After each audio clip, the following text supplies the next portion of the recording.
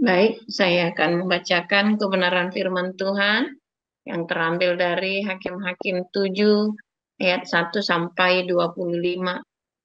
Beginilah pembacaan kebenaran firman Tuhan.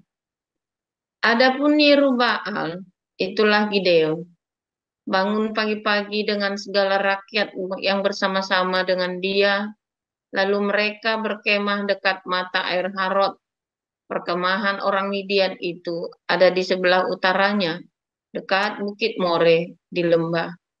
Berfirmanlah Tuhan kepada Gideon, terlalu banyak rakyat yang bersama-sama dengan engkau itu daripada yang kukehendaki untuk menyerahkan orang Midian ke dalam tangan mereka. Jangan-jangan orang Israel megahkan diri terhadap aku sambil berkata, tanganku sendirilah yang menyelamatkan aku. Maka sekarang serukanlah kepada rakyat itu demikian. Siapa yang takut dan gentar, biarlah ia pulang, enyah dari pegunungan Gilead. Lalu pulanglah 22.000 orang dari rakyat itu dan tinggallah 10.000 orang. Tetapi Tuhan berfirman kepada Gideon, masih terlalu banyak rakyat. Suruhlah mereka turun minum air, maka aku akan menyaring mereka bagimu di sana. Siapa yang kufirmankan kepadamu, inilah orang yang akan pergi bersama-sama dengan engkau. Dialah yang akan pergi bersama-sama dengan engkau. Tetapi barang siapa yang kufirmankan kepadamu, inilah orang yang tidak akan pergi bersama-sama dengan engkau. Dialah yang tidak akan pergi. Lalu Gideon menyuruh rakyat itu turun minum air, dan berfirmanlah Tuhan kepadanya, barang siapa yang menghirup air dengan lidahnya seperti anjing menjilat, haruslah kau kumpulkan tersendiri. Demikian juga semua orang yang berlutut untuk minum. Jumlah orang yang menghirup dengan membawa tangannya ke mulutnya ada 300 orang. Tetapi yang lain dari rakyat itu semuanya berlutut minum air. Lalu berfirmanlah Tuhan kepada Gideon, dengan ke-300 orang yang menghirup itu akan kuselamatkan kamu. Aku akan menyerahkan orang Midian ke dalam tanganmu. Tapi yang lain dari rakyat itu, semuanya boleh pergi, masing-masing ke tempat kediamannya. Dari rakyat itu mereka mengambil bekal dan sangkakala. Demikianlah seluruh orang Israel disuruhnya pergi, masing-masing ke kemahnya, tetapi ketiga ratus orang itu ditahannya. Adapun perkemahan orang Midian ada di bawahnya, di lembah. Pada malam itu berfirmanlah Tuhan kepadanya, bangunlah, turunlah menyerbu perkemahan itu, sebab telah kuserahkan itu ke dalam tanganmu. Tetapi jika engkau takut untuk turun menyerbu, turunlah bersama dengan Pura, bujangmu, ke perkemahan itu. Maka kau dengarlah apa yang mereka katakan.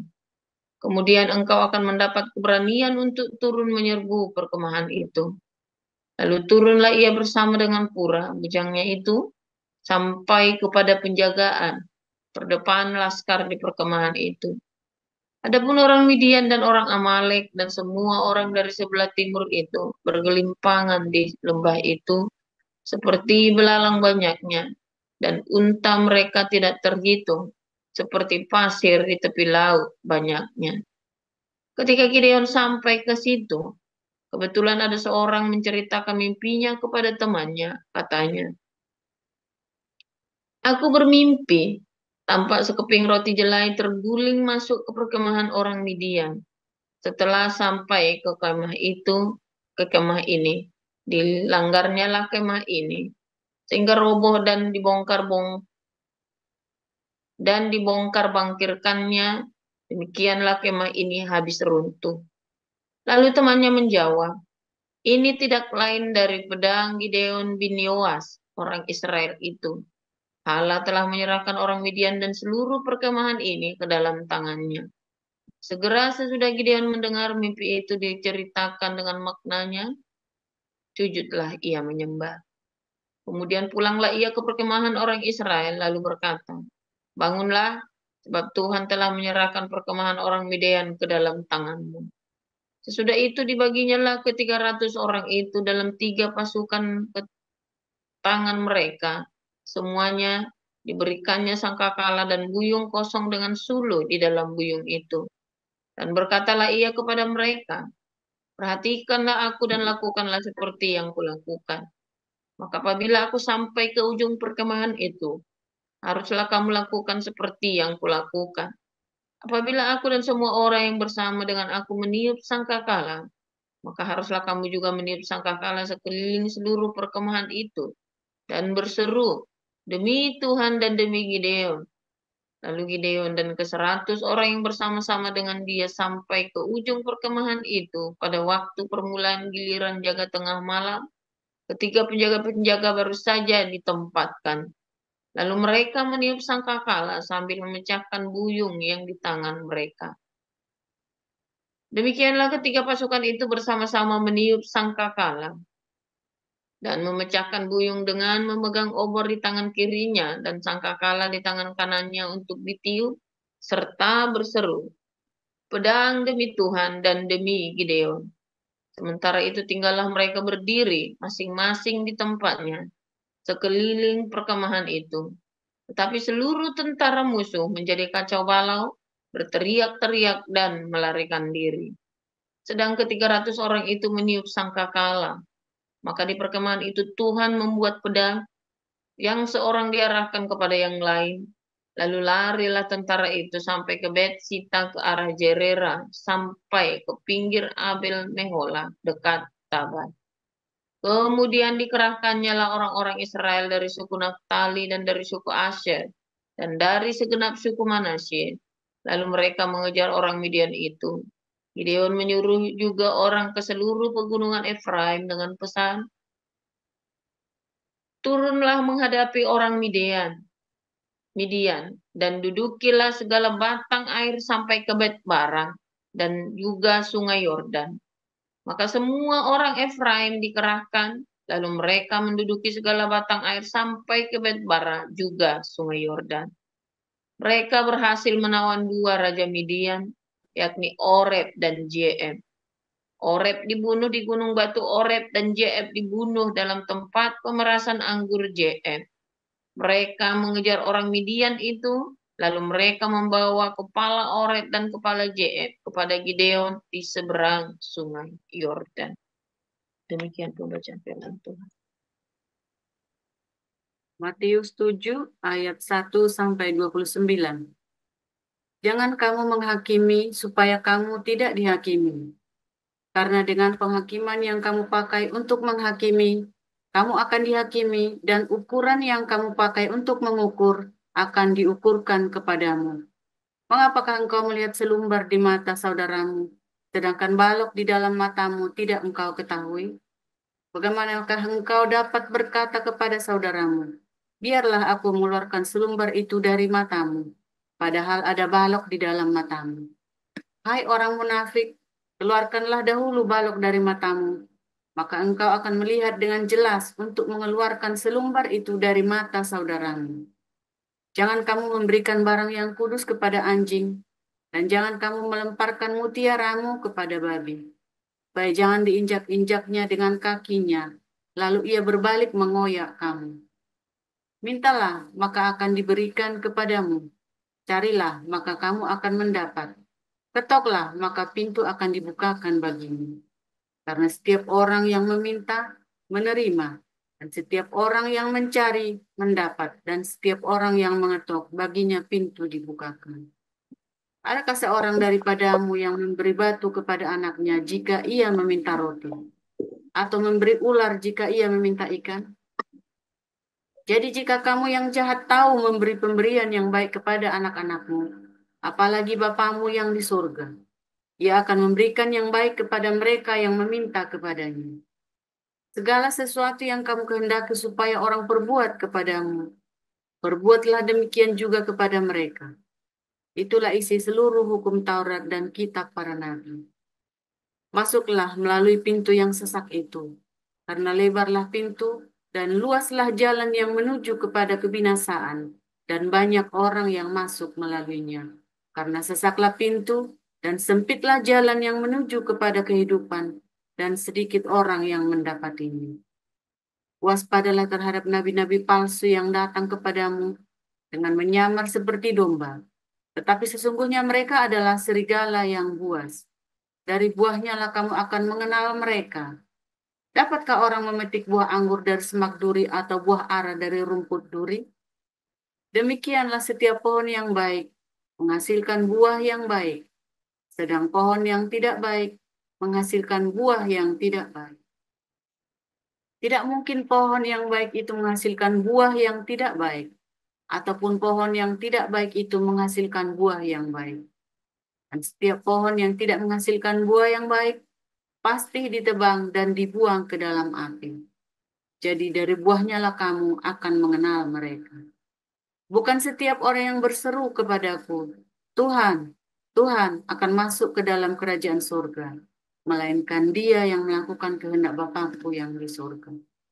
Pada hari terakhir banyak orang akan berseru kepadaku, Tuhan, Tuhan, bukankah kami bernubuat bagi namamu dan mengusir setan demi namamu dan mengadakan banyak mujizat demi namamu juga? Pada waktu itulah aku akan berterus terang kepada mereka dan berkata, aku tidak pernah mengenal kamu. Enyahlah daripadaku kamu sekalian pembuat kejahatan. Setiap orang yang mendengar perkataanku ini dan melakukannya, ia sama dengan orang yang bijaksana yang mendirikan rumahnya di atas batu.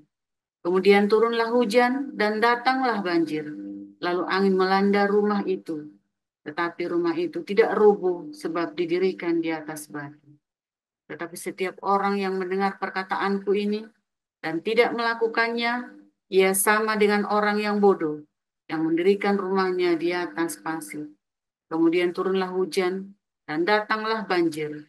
Lalu angin melanda rumah itu sehingga rubuhlah rumah itu dan hebatlah kerusakannya.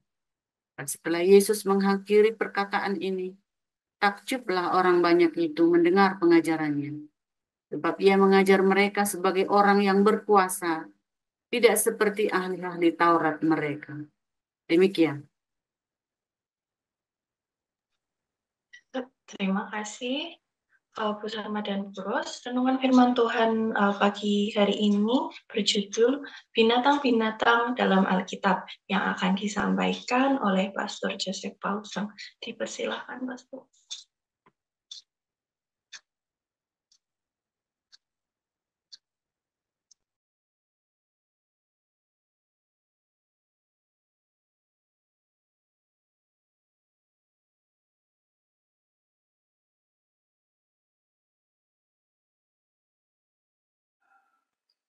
Haleluya, firman Tuhan selalu baru setiap hari ketika kita menantikan Tuhan dengan penuh cinta dan pengharapan yang konsisten. Jangan sampai berhenti di tengah jalan. Ya, saudara, tolong nyalakan yang lampunya yang biar terang. Ini terlalu remang-remang.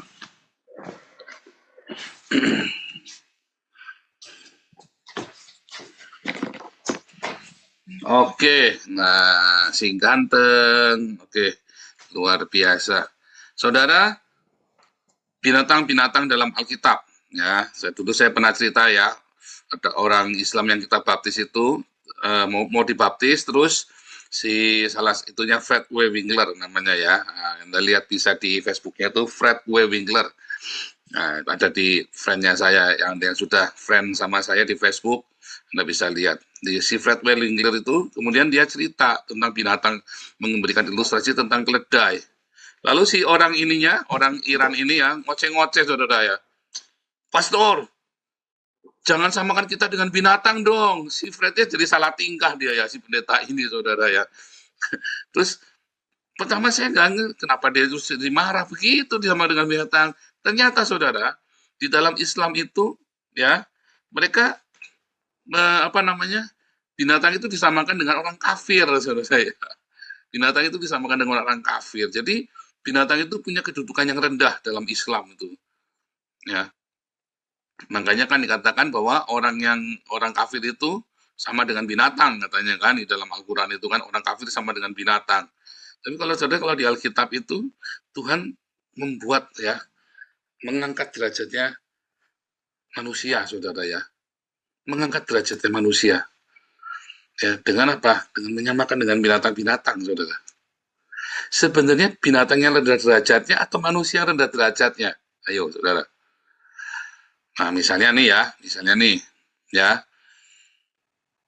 Orang Islam itu kan paling nggak suka disamakan ilustrasi dengan binatang. Ya karena memang saya nggak tahu ya. Ini orang merasa lebih mulia, merasa hebat, apa ya namanya apa? Perasaan yang lebih hebat dari segalanya, superioritas ya. Anda tahu nggak anjing itu lebih mulia sifatnya daripada manusia? Kamu kasih makan anjing, saudara ya. Dia tidak akan pernah gigit kamu. Wah, cuma gini aja, tapi kamu tidak akan sampai dimakan sama dia. Harimau saja bisa nurut, saudara. Harimau saja kamu kasih makan bisa nurut. Ya, jangankan harimau sama anjing, saudara ya. Serigala itu kamu kasih makan bisa nurut ya. Binatang-binatang yang liar, yang buas sekalipun, ya, bisa menunjukkan balas budinya. Anda lihat itu ya, ada yang NGO itu yang nolongin anjing-anjing laut itu yang kena jaring itu, ya kan? Mereka bisa terima kasih. Kura-kura yang pernah kita tolong, kijang itu ya, rusa itu yang atau binatang liar lah yang pernah kita tolong, beruang bahkan itu bisa datang lagi sama anak-anaknya bilang terima kasih, saudara. Ya. Itu beneran, itu bukan buatan, itu beneran ada, memang iya. Artinya apa? Artinya binatang itu ya sebenarnya lebih mulia daripada manusia. Ya, bentar.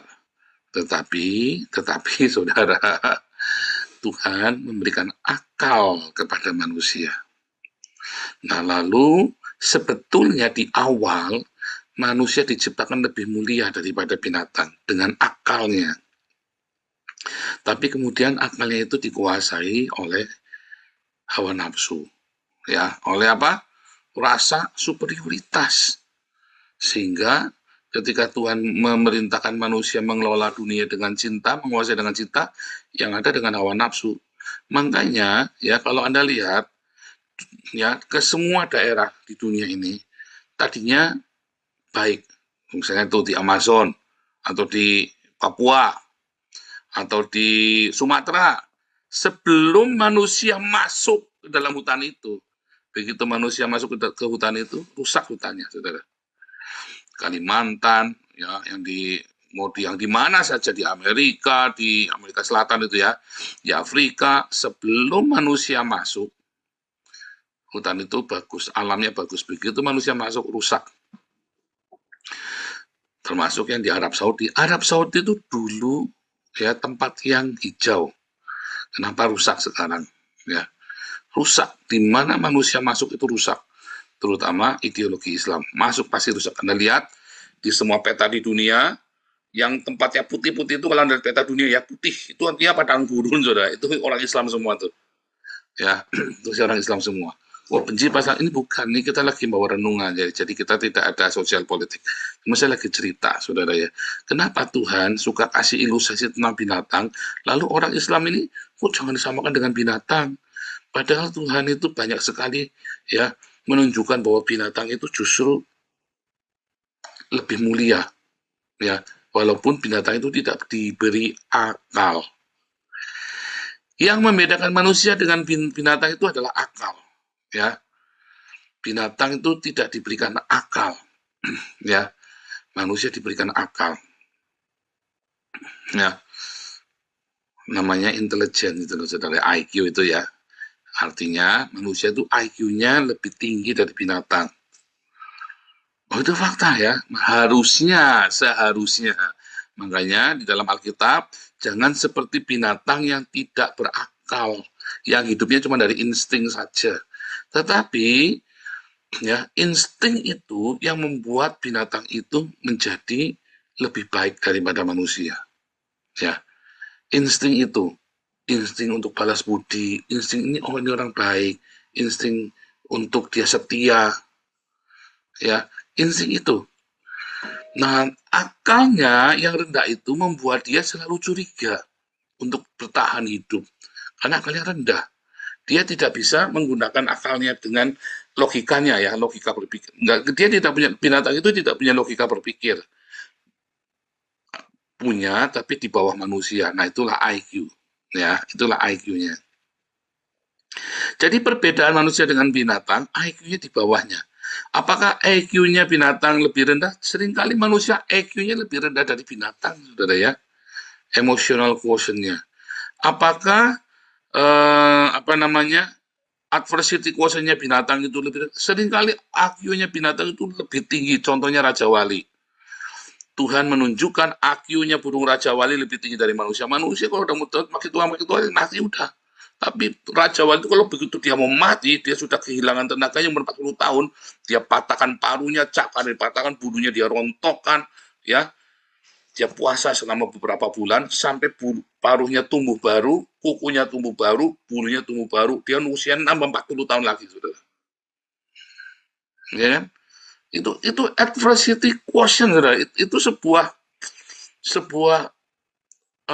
spirit of survival, ya. Dan banyak sekali, ya, binatang-binatang ditunjukkan mereka punya spirit survival yang lebih hebat daripada manusia. Di dalam hal emotional quotient, jelas, saudara, binatang itu mereka bisa berkomunitas, ya, kayak semut. Itu IQ-nya lebih tinggi daripada manusia, saudara ya. Ya, seperti semut, ikan, ya. Itu IQ-nya lebih tinggi dari manusia. Mereka bisa berkomunitas, ya, dan dengan komunitasnya. Manusia malah senggol dikit langsung minggir, sudah ngilang, ya kan. Nah, di dalam SQ-nya, spiritual quotient-nya, binatang itu dia lebih tahu penciptanya daripada manusia, saudara. Makanya dikatakan seluruh makhluk menanti-nantikan saatnya anak Allah dinyatakan. Karena mereka semua menantikan, ya, seluruh ciptaan Tuhan itu. Ya, mereka memuliakan Tuhan, tetapi manusia punya akal, dan akalnya itu adalah hasil dari buah pengetahuan baik dan jahat. Itulah sebabnya yang diberi pertanggungjawaban, yang mengenal dosa itu manusia, saudara. Karena manusia yang diberi hukum. Nah, akalnya itu, ya, IQ-nya itu diberi hukum manusia itu. Nah, kalau manusia itu tidak bisa mengelola akalnya, ya, maka dia akan lebih buruk daripada binatang. Manusia yang akalnya tidak dikuasai dengan cinta, ya, bukan agama, saudara ya, bukan masalah kamu rajin sembahyang, tidak ada urusannya. Kamu rajin sembahyang itu, gereja itu zaman dulu rajin ke gereja orang-orang, ya, malah bunuhin orang. Ya, kayak orang Islam juga sama, rajin ke masjid malah ngebomin gereja, malah bakari gereja, malah teriak-teriak Allah Akbar bakar gereja. Orang makin beragama itu makin jahat. Kenapa, saudara? Karena akalnya ditaruh, saudara. Orang beragama itu makin jahat, makin geblek, makin edan, lebih rendah daripada binatang. Kenapa? Nggak pakai akalnya. Padahal Tuhan suruh kita pakai akalnya. Tapi kalau Anda lihat tuh di slogan-slogannya Islam, agama bagi yang mau berpikir. Gundulmu peyang, saudara. Tidak ada agama yang nyuruh Anda berpikir. Nggak akan, saudara. Agama apapun, mau Islam, Kristen, Buddha, tidak ada. Begitu kamu bilang agama, kamu nggak boleh pikir. Kamu nggak boleh mikir, imani saja. Ya kan? Buktinya Tuhan ada apa, ya imani saja. Buktinya iman kamu, gundulmu peyang, saudara. Ya kan? Oh, Tuhan suruh katanya bunuh orang kafir, yaitu togut kafir, bunuh. Berarti kamu nggak pakai akal kamu. Ya. Itu beneran, saudara ya. Tuhan Yesus berkali-kali menunjukkan, ini loh, anjing kembali ke, ya, jangan berikan mutiaramu pada anjing dan babi. Tapi di satu pihak, ya, Tuhan Yesus menunjukkan ada perempuan Sirofenisia datang pada Yesus, dibilang masalah anjing kan, malah disamakan dengan anjing. Tetapi gara-gara si perempuan Sirofenisia ini siap disamakan dengan anjing, maka Tuhan puji dia angkat benar-benar sama Tuhan Yesus. Bahkan salah satu dari dua pengintai itu, nah, si Kaleb itu artinya anjing. Ya, anjing itu binatang, bukan binatang najis, saudara ya. bukan binatang yang rendah. Anjing itu adalah binatang yang disayang ya, karena setia. Tetapi juga ada domba, ya. Tuhan juga kasih ilustrasi tentang domba yang nurut, kambing yang suka nyeruduk, raja wali yang hebat. Apalagi saudara, serigala punya liang, anak manusia tidak punya tempat untuk meletakkan kepalanya. Banyak sekali ya ilustrasi tentang buaya, tentang binatang-binatang purba itu ya, di kitab Ayub itu kan banyak itu ya, ilustrasi binatang purba itu di kitab Ayub. Burung onta, semut, laba-laba, cicak. Wah, kalau di Islam cicak suruh dibunuh, saudara. Kalau di dalam Alkitab, kamu belajar dari binatang-binatang itu tentang kehidupan. Belajarlah sama semut. Kita disuruh belajar. Kenapa? Tuhan bicara kepada kita melalui binatang-binatang. Salah satunya keledainya Bileam yang bisa ngomong ya. Ya kan? Sebenarnya bukan keledainya yang ngomong, tapi malaikat ya, bukan keledai. Tetapi kita masih belajar, binatang itu bisa, dia belajar. Kenapa? Karena SQ mereka lebih tinggi dari kita, saudara. Dan Tuhan itu apa sih? Nah, balik lagi kan, apakah Tuhan ada? Mau Tuhan yang kayak apa? Tidak ada Tuhan itu, saudara. Adanya cinta, ya. Allah adalah kasih. Cinta, spirit, cinta. Cinta itu bicara kepada kita melalui binatang-binatang ini. Makanya di awal penciptaan, manusia itu tidak makan binatang. Tumbuh-tumbuhan yang berbiji lah yang menjadi makanan manusia. Tumbuh-tumbuhan yang tidak berbuah berbiji itu menjadi makanan bagi binatang. Semak belukar itu loh, itu makanannya binatang. Manusia makannya tumbuhan berbiji. Rumput itu makanannya binatang. Baru 1.500 tahun kemudian, 15 abad, 1.500, 1 milenium, saudara. Setelah Adam keluar dari Taman Eden, 1,5 milenium, 1.500 tahun kemudian, baru manusia makan binatang. Ya, zamannya Nuh ya, baru manusia makan binatang. Dan itu pun dibatasi makannya. Kenapa? Dibatasi supaya jangan jangan dimaksimalkan itu ya hawa nafsunya manusia. Nggak ada batasnya hawa nafsunya manusia itu. Makanya dikasih makanan yang kosyar dan tidak kosyar. Kalau Anda turutin diet kosyar, namanya diet kosyar itu ya, Anda sehat, saudara. Itu orang Israel tiap hari makan domba, nggak ada yang bludrak, saudara ya. Tapi ada syaratnya ya, kamu nggak boleh makan lemaknya, bagian apa yang nggak boleh dimakan. Ya, kamu makan kambing nggak ada. Kenapa orang-orang Arab itu mulai pendek ya? Karena makannya sama lemaknya sama semuanya. Lemaknya itu nggak boleh dimakan, saudara ya. Anda boleh makan domba, tapi lemaknya itu nggak boleh dimakan. Jeruannya nggak boleh dimakan. Hanya boleh dagingnya saja, ya. Dan itu bagian-bagian tertentu. Kalau kamu lakukan diet kosher itu, kamu akan sehat hidupnya. Tapi kalau kamu ikutin caranya orang Arab makan, kamu mati muda, saudara. Ya, mati muda serius ya. Orang-orang Arab itu kan harapan hidupnya 50 tahun. Ya, maksimum 60 tahun. Kalau orang Israel itu harapan hidupnya 80-90 tahun. Kayak orang Jepang sehat. Ya, 80-90 tahun. Nah, Tuhan bicara kepada kita melalui alam semesta ini, melalui binatang-binatang, ilustrasi binatang ini. Karena binatang ini adalah makhluk ya yang dipakai Tuhan untuk mengajari kita manusia. Karena manusia itu di dalam sejarahnya ya lebih mudah daripada binatang-binatang. Evolusinya manusia itu lebih mudah daripada binatang, saudara ya. Sehingga binatang itu punya pengalaman yang jauh. Dan binatang itu, balik lagi ya, coba manusia itu tidak tahu loh, kalau tidak pakai alat, kalau dia tidak menciptakan alat seismograf itu, dia tidak pernah tahu kapan akan tsunami, kapan gempa, tapi binatang bisa tahu. Ya, binatang bisa tahu. Kapan mau gempa, kapan mau banjir, kapan mau gunung meletus. Beberapa bulan sebelumnya, binatang sudah tahu. Manusia tidak bisa mengarang, nggak bisa. Baru sudah deket banget, sudah mulai getar-getar itu, baru manusia bisa tahu tuh. Tapi sebelumnya nggak. Binatang kurang berapa bulan dia sudah tahu, saudara. Anda lihat ya, kalau berapa bulan ya, tiba-tiba ada tren ya, binatang turun dari gunung, itu berarti sebentar lagi gunungnya mau meledak tuh, saudara.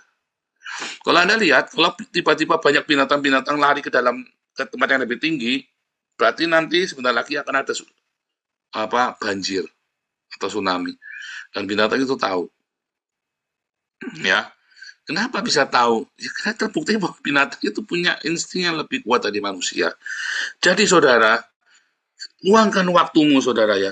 Luangkan setiap waktu hidup kita untuk tenang melihat sekeliling kita saudara. Dan belajar untuk respect. Jangan menyanyiakan Anda ya dengan membabi buta, ada cocok, ada apa, dibunuh-bunuhin, diapain sembarangan. Seperlunya, saudara. Kalau mau bunuh nyamuk, makan lalat pun seperlunya, saudara ya. Jangan, pokoknya tidak perlu hajar semua, pakai pestisida dihajar semua. Nah, karena kita disuruh, saudara, memberitakan Injil kepada segala makhluk, termasuk binatang, saudara. Dan tumbuhan, segala makhluk. Beritakanlah Injil kepada segala makhluk, termasuk binatang dan tumbuhan. Perlu dibaptis enggak? Ya nggak bisa lah. Kamu gimana bilang ngaku? Ya kan, kalau barang siapa percaya, ya kan, mengaku, dibaptis, ya binatang nggak bisa ngaku, saudara, nggak usah dibaptis kalau binatang. Tapi kamu harus beritakan Injil, beritakan kabar baik itu kepada alam semesta ini. Itu yang namanya tikun olam, ya. Dalam sejarah Yahudi, dalam pelajaran Yahudi itu, Yudaisme itu namanya tikun olam. Bagaimana kita berkontribusi terhadap alam semesta ini. Kamu belajar menghargai. Kamu kalau lihat ya ikan dipancing, ya, jangan kamu mancing karena hobi terus ikannya disengsara dibuang mati gitu, itu tidak boleh saudara. Kamu lihat ada burung tembakin terus dilihat cuma di air keras begitu kan tidak boleh saudara. Jangan saudara. Belajar dari kita menghargai alam semesta ini, tumbuhan, binatang. Kamu jangan kalau makan daging itu secukupnya, jangan dibuang-buang. Bukan berarti kita tidak boleh makan daging, makan semua, tetapi harus berguna. Kematian binatang itu harus berguna. Jangan sampai cuma mati cuma buat iseng. Cuma gara-gara kamu iseng mau mainan nembakin burung, itu contoh itu ya. Itu biadab sekali ya orang-orang seperti itu ya. Di Indonesia itu banyak orang biadab itu ya. Nembakin burung cuma buat hobi. Hati-hati saudara ya. Nah, kita belajar. Kita harus memberitakan Injil kepada segala makhluk untuk alam semesta ini. Kontribusi kita, makanya mulai jangan buang sampah sembarangan. Kenapa? Karena itu Anda di laut buang sampah sembarang, itu yang menderita binatang-binatang itu, saudara. Dan binatang-binatang inilah yang menjaga manusia. Manusia itu bisa hidup enak karena dijaga oleh binatang-binatang ini, saudara. Ya, tapi kamu bunuh itu binatang-binatang sini, nggak ada yang jaga kamu. Manusia itu dijaga oleh hutan-hutan kita, tapi kamu basmi itu hutan-hutan, sehingga kita nggak punya tempat lagi. Jadi rumahmu, hidupmu semua jadi berkat buat semua, buat lingkungan kita. Sebenarnya itu ajaran di dalam Alkitab, saudara. Ya, bukan Buddha yang ngajarin, Alkitab yang ngajarin, saudara. Sebelum Buddha ngajari, Alkitab sudah ngajari untuk kamu melestarikan alam semesta ini. Jangan buang sampah sembarangan. Siapa di sini kamu yang masih buang sampah sembarangan? Hati-hati loh, saudara. Ya, loh itu kalau kamu bilang dosa nggak dosa, itu dosa loh, saudara. Kamu berarti menghina ciptaan Tuhan, kamu menghina alam semesta. Ya, kamu main sembarangan ya. Siapa di sini yang masih suka nembakin babi hutan? Itu sudah digeletakan saja, ditinggal mati begitu. Atau Anda cuma sia-siakan begitu mancing, itu sudah tidak karu-karuan. Jadi saudara, jangan cuma buat hobi, saudara ya. Serius saudara ya, berburu, mancing, itu kan mengorbankan nyawa. Kamu tidak boleh buat hobi, sekedar buat hobi, melampiaskan adrenalin, tidak boleh saudara ya. Itu akan membuat apa? Kamu menyanyiakan hidup binatang ini. Karena binatang ini ada untuk makananmu. Nanti suatu hari, ya, dalam waktu dekat ini akan terjadi chaos di seluruh dunia. Kamu nangis, saudara, nggak ada makanan. Bingung. Aduh, dulu aku ya nembakin belibis cuman buat hobi top. Sekarang kamu mau nembak apa? Belibisnya ditembak, kamu makan isinya racun semua. Ikan di laut isinya racun. Semua isinya racun, binatang itu beracun semua. Karena kamu tidak memberitakan Injil kepada binatang-binatang ini. Kamu tidak memberitakan kabar baik, kabar selamat. Kamu menjadi kutuk bagi binatang-binatang ini. Manusia itu jadi kutuk. Sehingga kamu makan binatang itu racun semua isinya. Sekarang Indonesia makan ikan kalian, isinya apa? Merkuri, saudara. Orang Indonesia makan ikan isinya merkuri semua kan, racun semua kan. Kalian makan kerang itu isinya merkuri semua. Loh, kerang itu memang makannya merkuri, saudara ya. Memang kerang, kepiting itu memang untuk membersihkan laut. Tuhan ciptakan itu untuk membersihkan laut. Tapi tidak dalam jumlah besar. Tapi kan kamu racun itu kan. Akhirnya semua makananmu jadi racun. Kamu yang merusak, bukan Tuhan. Oh, Tuhan mengutuk, bukan. Kamu yang mengutuk dirimu sendiri. Tikun olam. Beritakanlah Injil kepada segala makhluk, saudara. Semua kamu akan dengar suara Tuhan dari binatang-binatang ini.